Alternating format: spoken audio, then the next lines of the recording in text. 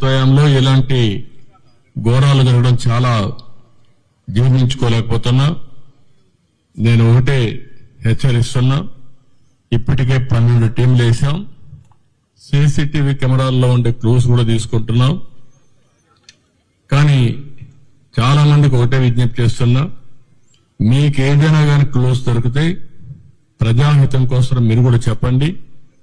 ఈ రోజు కాకపోయినా రేపైనా సరే ఎవరైతే ఇలాంటి తప్పుడు పనులు చేశారో వాళ్ళు పట్టుకోవడం 100% చేస్తాం. అది చేసే వరకు వదిలిపెట్టనని చెప్పి ఈరోజు ఇక్కడ మీ అందరికీ తెలియజేస్తున్నా.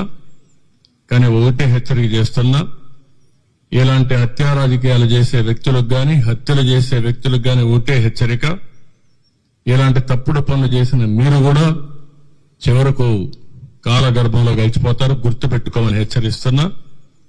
అంతేకాకుండా ఈ విషయంలో చాలా స్పష్టంగా వాళ్ళ కుటుంబ సభ్యులు కూడా ఒక నమ్మకం ఇచ్చాను.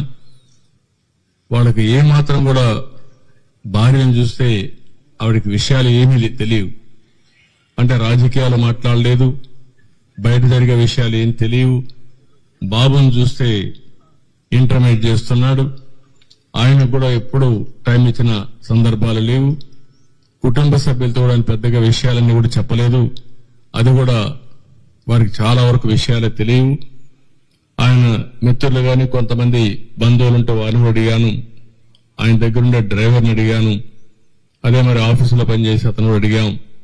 నిన్న సంఘటన జరిగినప్పుడు ఆఫీసులో అతనితో ఉన్నటువంటి వ్యక్తి కూడా గట్టిగా అతని మెడ మీద కత్తి పెట్టి బెదిరించి యథేచ్ఛగా వీళ్ళు చేసే పరిస్థితికి వస్తే వాళ్ళని ఏమైనా గుర్తుపట్టగలుగుతామంటే ముసుగేసుకొని చేశారని చెప్పి అంటున్నారు. ఏదేమైనా వాళ్ళ పట్టుకొని తీరడమే కాదు, ఎవరైతే ఇంత ఘోరం చేశారో అలాంటి వ్యక్తులకు కఠిన శిక్ష వేసి, ఏదైతే వీరయ్య చౌదరి గారికి ఆత్మకు శాంతి కలగాలంటే అది ఒకటే మార్గం.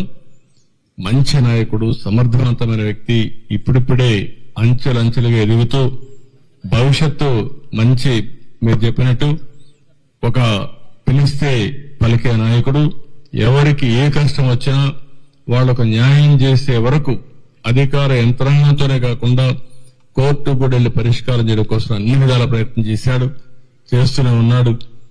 అదే ఎవరన్నా మీకు కూడా చెప్తున్నా, ఆయన శ్రేయోభిలాషులు అందరినీ కోరుతున్నా, మీ దగ్గర కూడా సమాచారం ఉంటే మీరు ఇవ్వండి.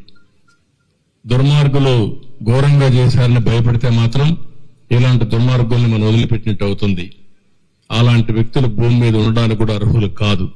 అందుకే మిమ్మల్ని అందరినీ కోరుతున్నా, ఎవరిని వదిలిపెట్టను, గాలిస్తాం, ఇన్వెస్టిగేషన్ చేస్తాం, కడకు పట్టుకునే వరకు ఈ ఇన్వెస్టిగేషన్ కొనసాగుతుంది, ఈ టీములు కూడా కొనసాగుతాయి. ఎంత వాళ్ళు తెలివైన వాళ్ళు